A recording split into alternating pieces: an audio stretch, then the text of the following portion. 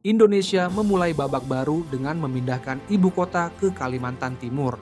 Keputusan strategis ini didasari oleh berbagai alasan penting.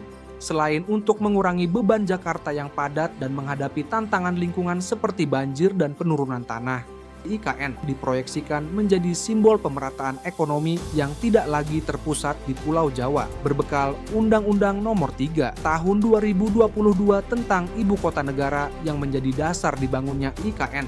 Pemerintah di era Joko Widodo menetapkan pendirian ibu kota baru, Ibu Kota Nusantara di Kabupaten Penajem Pasir, Kalimantan Timur, yang dinilai sebagai sebuah langkah nyata menuju pemindahan pusat pemerintahan yang bukan hanya simbolis tetapi juga substansial. Mengapa Kalimantan Timur? Selain letaknya yang berada di tengah Indonesia membuatnya mudah diakses dari berbagai wilayah, Kalimantan Timur terhindar dari risiko gempa bumi dan tsunami, sehingga pemerintah dapat meminimalisir risiko kerusakan akibat bencana alam dan memastikan kelangsungan operasional pemerintahan dalam jangka panjang. Menarik minat investor. Dengan konsep keberlanjutan, IKN menarik minat banyak investor, baik domestik maupun asing. Perpres nomor 75 tahun 2024 memperkuat komitmen pemerintah untuk mempercepat pembangunan IKN dan memberikan jaminan kepada investor. Hingga kini, telah dilakukan 8 tahap groundbreaking dengan nilai investasi sekitar 58,41 triliun rupiah. Pemerintah optimis IKN akan menjadi pusat ekonomi baru yang menggairahkan ekonomi nasional. IKN sebagai Smart City.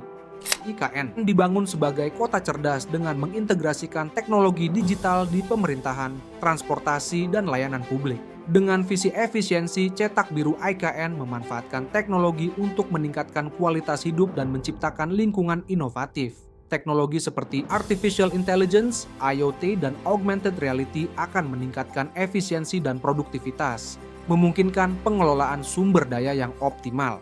Dukungan hibah 152,86 miliar rupiah dari USTDA akan membangun pusat komando dan pengendalian terpadu. Bakti Kominfo juga memastikan infrastruktur telekomunikasi siap, termasuk satelit Satria 1 untuk akses internet di daerah terpencil. Dengan semua ini, IKN diharapkan menjadi kota cerdas yang inklusif dan terhubung. Pemindahan ibu kota ke IKN bukan hanya sekadar relokasi geografis, tetapi langkah awal Indonesia menuju perubahan yang lebih baik dan langkah strategis untuk menciptakan pemerataan ekonomi di Indonesia.